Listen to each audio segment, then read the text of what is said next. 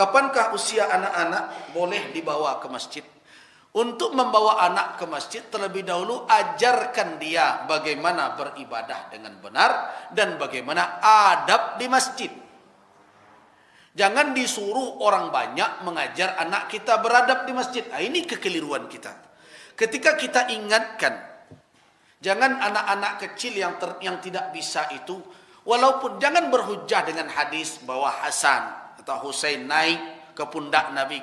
Itu Nabi tidak membawanya. Yang perlu diingat, Nabi tidak membawanya.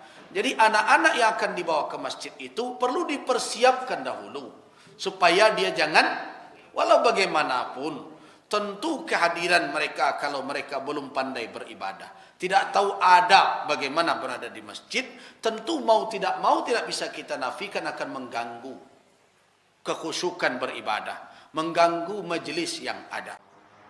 Jangan disuruh orang banyak mengajar anak kita beradab di masjid. Ini kekeliruan kita. Ketika kita ingatkan, jangan anak-anak kecil yang tidak bisa itu, walaupun jangan berhujah dengan hadis bahwa Hasan atau Husain naik ke pundak Nabi. Itu Nabi tidak membawanya. Yang perlu diingat, Nabi tidak membawanya. Jadi anak-anak yang akan dibawa ke masjid itu perlu dipersiapkan dahulu. Jadi kadang-kadang kan ada orang, berang saya, padahal anakku perlu dibawa ke masjid. Iyo, tapi bukan orang disuruh maja anak awak. Itu orang banyak disuruh maja anak awak namanya. Awak dahulu, ajarkan dia salat umur 7 tahun.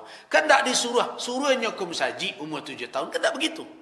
Ajarkan salat. Setelah dia salat dengan benar, jangan disuruh orang banyak mengajar anak kita beradab di masjid. Ini kekeliruan kita.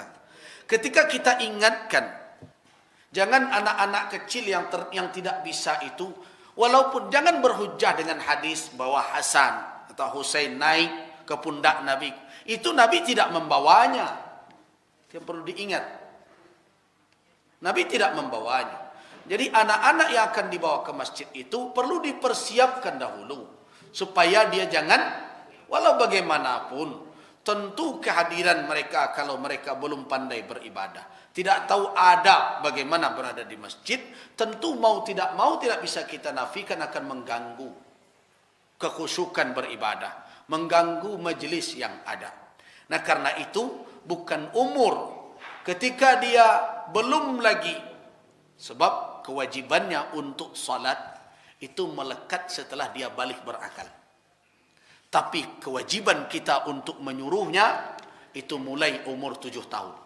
Nah itulah masanya kita mengajarkan bagaimana cara solat yang benar dan bagaimana adab berada di masjid, di majlis. Nah apabila itu telah difahaminya, kita uji, baru dia dirutinkan untuk ke masjid. Jadi kadang-kadang kan ada orang, berang saya, padahal anakku perlu dibawa ke masjid.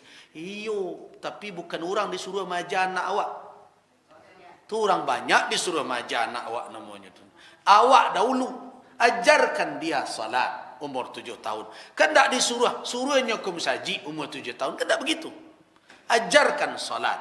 Setelah dia salat dengan benar, dia salat di depan. Kemudian dia cekek-cekean di muka, di belakang ada orang. Karena ditunduhnya dan berbagai macam. Bagaimana kita membenarkan perbuatan itu? Kan anak-anak gitu. Ini kelalaian dari orang tua karena tidak mengajarkan ibadah yang benar dan tidak mengajarkan adab berada di masjid dan di majelis. Jadi itu dahulu. Nah sebelum umur 10 tahun itu, umur 7 tahun itu, latih